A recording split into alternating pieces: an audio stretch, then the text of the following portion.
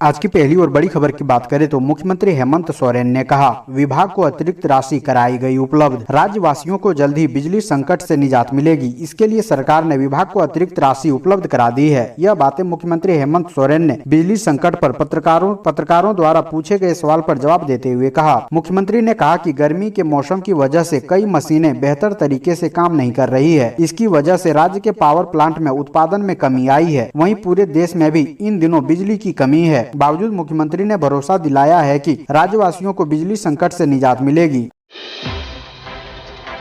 अगली बड़ी खबर की बात करें तो हेमंत की शिकायतें लेकर राज्यपाल गए दिल्ली। बुधवार को राष्ट्रपति और गृह मंत्री से करेंगे मुलाकात। झारखंड के राज्यपाल रमेश बैस मंगलवार की सुबह नई दिल्ली चले गए। मंगलवार को ही वे नई दिल्ली से चंडीगढ़ गए, जहां वे राजभवन में आयोजित एक कार्यक्रम में शामिल हुए। राज्यपाल बुधवार को दिल्ली में रहेंगे। यहाँ उनका राष्ट्रपति रामनाथ कोविंद तथा गृह मंत्री अमित शाह से मुलाकात का कार्यक्रम है। बताया जाता है कि इस क्रम में राज्यपाल दोनों को झारखंड से संबंधित रिपोर्ट सौंपेंगे। राज्यपाल को प्रत्येक माह राज्य से संबंधित रिपोर्ट देनी पड़ती है। राज्यपाल इस क्रम में राज्य की राजनीतिक घटनाक्रमों से भी राष्ट्रपति और गृह मंत्री को अवगत कराएंगे। खासकर मुख्यमंत्री हेमंत सोरेन को पत्थर खदान लीज आवंटित होने तथा राजभवन द्वारा संविधान की धारा 192 के तहत इस पर भारत निर्वाचन आयोग से मंतव्य मांगे जाने की जानकारी देंगे। राज्यपाल राजभवन की अन्य गतिविधियों से भी राष्ट्रपति और गृह मंत्री को अवगत करा सकते हैं।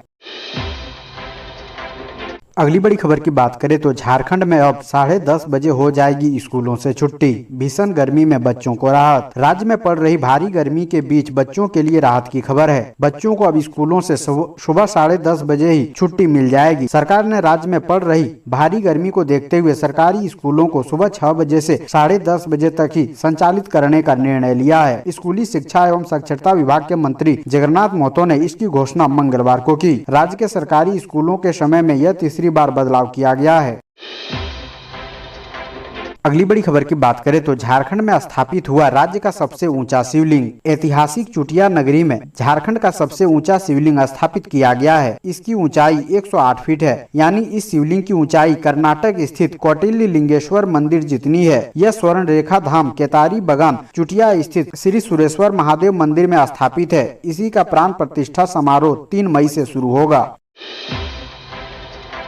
अगली बड़ी खबर की बात करें तो रांची, दुमका, धनबाद, पलामू, देवघर में घर बैठे निकालें जमीन का नया रसीद। झारखंड के रांची, दुमका, धनबाद, पलामू, देवघर समेत सभी जिलों में रहने वाले लोग घर बैठे जमीन का नया रसीद निकाल सकते हैं। ताजा रिपोर्ट के मुताबिक झारखंड राजस्व, निबंधन एवं भूमि सुधार विभाग ने जमीन के लगान जमा करने और नया रसीद निकालने की प्रक्रिया को ऑनलाइन कर दिया है। अब आप घर बैठे ऑनलाइन के द्वारा जमीन का रसीद निकाल सकते हैं। अगली बड़ी खबर की बात करें तो सीएम हेमंत सोरेन के मामले पर कांग्रेस ने रखा पक्ष। राजेश ठाकुर बोले, गलती स्वीकार करना अपराध नहीं। मुख्यमंत्री हेमंत सोरेन पर पत्थर खदान के बाद परिवार के नाम पर जमीन लेने के मामले में लगे आरोप पर कांग्रेस ने अपना पक्ष रखा है। कांग्रेस के प्रदेश अध्यक्ष राजेश ठाकुर ने कहा कि माइंस की लीज लेने में मुख्यमंत्री का नाम आया था, जिसे उन्होंने सरेंडर कर दिया था। अब 11 एकड़ जमीन के आवंटन की बात आ रही है। इसे भी पहले ही सरेंडर करने की बात आ रही है। उन्होंने कहा कि किसी पर आरोप लगाने से भ्रष्टाचार सिद्ध नहीं हो जाता और गलती स्वीकार करना भी अपराध नहीं होता है। अधिकांश आरोप गलत होते हैं। जो आरोप लगा रहे हैं वे तथ्य दें। कांग्रेस प्रदेश अध्यक्ष ने माना कि इन मामलों पर उनकी मुख्यमंत्री से कोई बातचीत नहीं हुई है, लेकिन वे इसे अपने स्तर पर देख रहे हैं। राजेश ठाकुर ने कहा कि झारखंड सरकार को कोई खतरा नहीं है, सरकार मजबूती से रहेगी।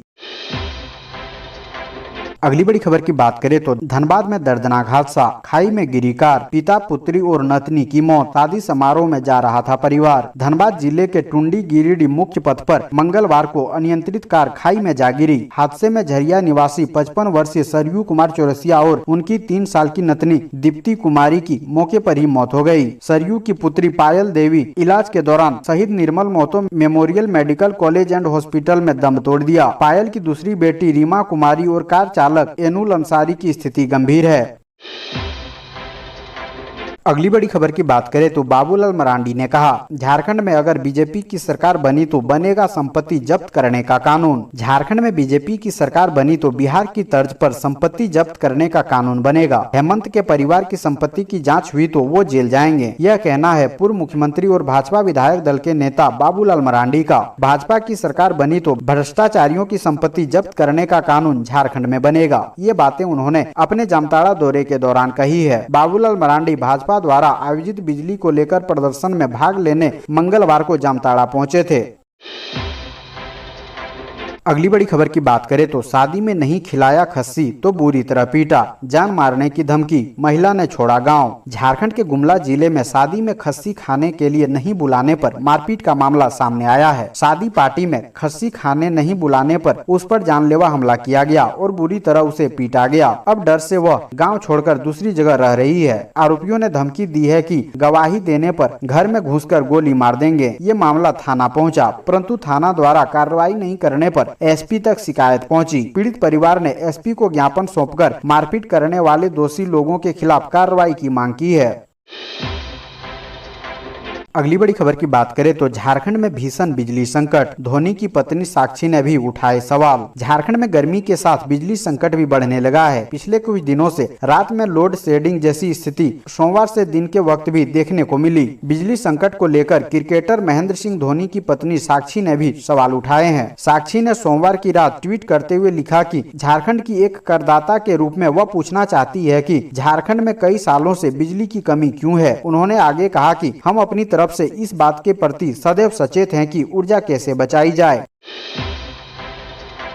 अगली बड़ी खबर की बात करें तो मौसम विज्ञान केंद्र के अनुसार 28 अप्रैल तक हीट वेव और लू चलने की जताई जा रही संभावना। झारखंड में गर्मी से लोगों को फिलहाल राहत नजर नहीं आ रही है। मौसम विभाग के अनुसार आने वाले दिनों में लू चलने के आसार हैं। राजधानी रांची समेत तमाम जिलों में तापमान में 2 से 3 डिग्री सेल्सियस तक की वृद्धि देखने को मिल रही है, जिस कारण लोगों को गर्मी से राहत मिलने वाली नहीं है। हालांकि लोगों को गर्मी से 29 अप्रैल को राहत मिलने की संभावना है। वहीं 28 अप्रैल तक मौसम विज्ञान केंद्र के अनुसार हीट वेव और लू चलने की संभावना जताई गई है। इस दौरान मौसम शुष्क रहेगा और आसमान बिल्कुल साफ रहेगा। अगली बड़ी खबर की बात करें तो फिर फंस गई शिक्षकों की गाड़ी, स्थानांतरण नियमावली चुनाव आयोग ने लौटाया। प्राथमिक, माध्यमिक एवं उच्च माध्यमिक शिक्षकों के स्थानांतरण को लेकर गठित नियमावली आदर्श आचार संहिता में फंस गई है। इसमें किसी भी प्रकार का संशोधन पंचायत चुनाव के बाद ही हो पाएगा। राज्य निर्वाचन आयोग ने शिक्षकों की स्थानांतरण नियमावली में संशोधन को पंचायत चुनाव को लेकर लागू आदर्श आचार संहिता के दायरे में बताते हुए स्कूली शिक्षा एवं साक्षरता विभाग को अधिसूचना जारी करने की अनुमति नहीं दी है। अगली बड़ी खबर की बात करें तो पंचायत चुनाव रद्द करने की मांग, टाना भगत समुदाय के लोगों ने समाहरणालय का किया घेराव। अधिकारियों और कर्मियों को बाहर निकालकर कार्यालय में जड़ा ताला। खबर है लातेहार जिला की, जहां टाना भगत समुदायों ने विभिन्न मांगों को लेकर आंदोलनरत अचानक समाहरणालय परिसर का घेराव कर दिया। टाना भगत समुदाय के लोगों ने सुबह 11 बजे पूरे कार्यालय में कार्यरत अधिकारियों और कर्मियों को बाहर निकालकर ताला लगा दिया। इस घेराव के दौरान एकमात्र उपायुक्त कार्यालय को ताला रहित रखा गया है। दरअसल सैकड़ों की संख्या में टाना भगत समुदाय के लोगों ने पारंपरिक प्रार्थना वाद्य के साथ समाहरणालय परिसर पहुंचे और प्रकृति का प्रार्थना आरंभ कर शंखनाद किए। इसके साथ परिसर में संचालित विभिन्न कार्यालयों में कर्मियों को बाहर निकालकर कार्यालय में ताला जड़ना आरंभ कर दिए। अगली बड़ी खबर की बात करें तो पूर्व मंत्री योगेंद्र साव ने हाई कोर्ट में दाखिल की अपील, सजा निरस्त करने की मांग। हजारीबाग जिले के बड़का गांव में प्रदर्शन के दौरान हिंसक झड़प मामले में सजायाफ्ता पूर्व मंत्री योगेंद्र साव की ओर से झारखंड हाईकोर्ट में अपील याचिका दाखिल की गई है। उनकी ओर से अधिवक्ता सुभाषिष रसिक सोरेन ने अपील दाखिल की गई है। याचिका में कहा गया है कि निचली अदालत ने सभी तथ्यों पर ध्यान नहीं दिया है। उन पर लगाए गए आरोप भी अभियोजन साबित करने में नाकाम रहा है। ऐसे में निचली अदालत के आदेश को निरस्त किया जाए। अगली बड़ी खबर की बात करें तो राजस्व कर्मचारी 9000 घूस लेते अरेस्ट, म्यूटेशन के लिए मांगी गई थी रिश्वत, एसीबी ने ऐसे दबोचा।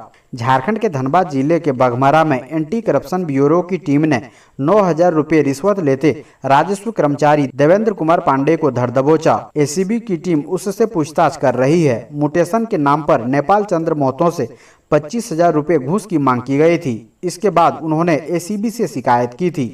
जांच में पुष्टि होने के बाद कार्रवाई की गई। अगली बड़ी खबर की बात करें तो मंदिर में पूजा करने गई महिला की साड़ी में दिए से लगी आग, चली गई जान। झारखंड के पलामू में स्थित महाकालेश्वर मंदिर में पूजा करने गई एक वृद्ध महिला की जलने से मौत हो गई। महिला मंदिर के अंदर सफाई कर रही थी। इसी दौरान मंदिर में जल रहे दिए से उसकी साड़ी में आग लग गई।